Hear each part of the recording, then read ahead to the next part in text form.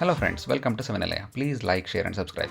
ಇವತ್ತು ನಾವು ಮಿನಿ ರವೆ ಇಡ್ಲಿ ಮಕ್ಕಳಿಗೆ ಇಷ್ಟ ಆಗುತ್ತೆ, ಅದನ್ನು ಮಾಡೋದು ಹೇಗೆ ಅಂತ ನೋಡೋಣ.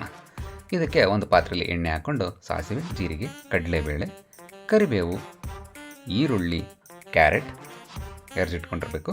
ಅದನ್ನು ಹಾಕಿ ಫ್ರೈ ಮಾಡಿ ಇದಕ್ಕೆ 2 ಕಪ್ ರವೆ ತೊಗೊಂಡು ಮಾಡ್ತಾಯಿದ್ದೀವಿ ನಾವು. 2 ಕಪ್ ರವೆ ಹಾಕಿ ರವೆ ಕೆಂಪಗಾಗೋ ತನಕ ಫ್ರೈ ಮಾಡ್ಕೋಬೇಕು. ಇದು ಕೆಂಪಗಾದಮೇಲೆ ಕಂಪ್ಲೀಟ್ ಕೂಲ್ ಆಗೋಕ್ಕೆ ಸೈಡಿಗೆ ಇಡಬೇಕು. ಕೂಲ್ ಆದಮೇಲೆ ಇದಕ್ಕೆ 2 ಕಪ್ ರವೆ ತೊಗೊಂಡಿರೋದಕ್ಕೆ 2 ಕಪ್ ಮೊಸರನ್ನ ಹಾಕಿ ಸ್ವಲ್ಪ ಹಸಿರು ಊಟಾಣಿ ಹಾಕಿ ಅಳತೆಗೆ ತಕ್ಕಂಗೆ ನೀರು ಹಾಕಿ ಇಡ್ಲಿ ಬ್ಯಾಟರ್ ಅದಕ್ಕೆ ಮಿಕ್ಸ್ ಮಾಡ್ಕೋಬೇಕು. ರುಚಿಗೆ ತಕ್ಕಷ್ಟು ಉಪ್ಪು ಹಾಕಿ ಚೆನ್ನಾಗಿ ಮಿಕ್ಸ್ ಮಾಡಿ 20 ನಿಮಿಷ ಸೆಟ್ ಆಗೋಕ್ಕೆ ಸೈಡಿಗೆ ಇಡಬೇಕು.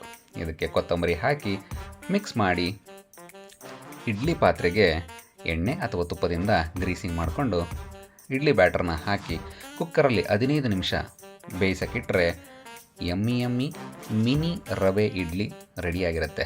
ಇದು ಮಕ್ಕಳ ಲಂಚ್ ಬಾಕ್ಸ್ಗೆ ಸೂಪರಾಗಿರುತ್ತೆ. ಮಕ್ಕಳು ಮಿನಿ ಆಗಿರೋದ್ರಿಂದ ಇಷ್ಟಪಟ್ಟು ತಿಂತಾರೆ.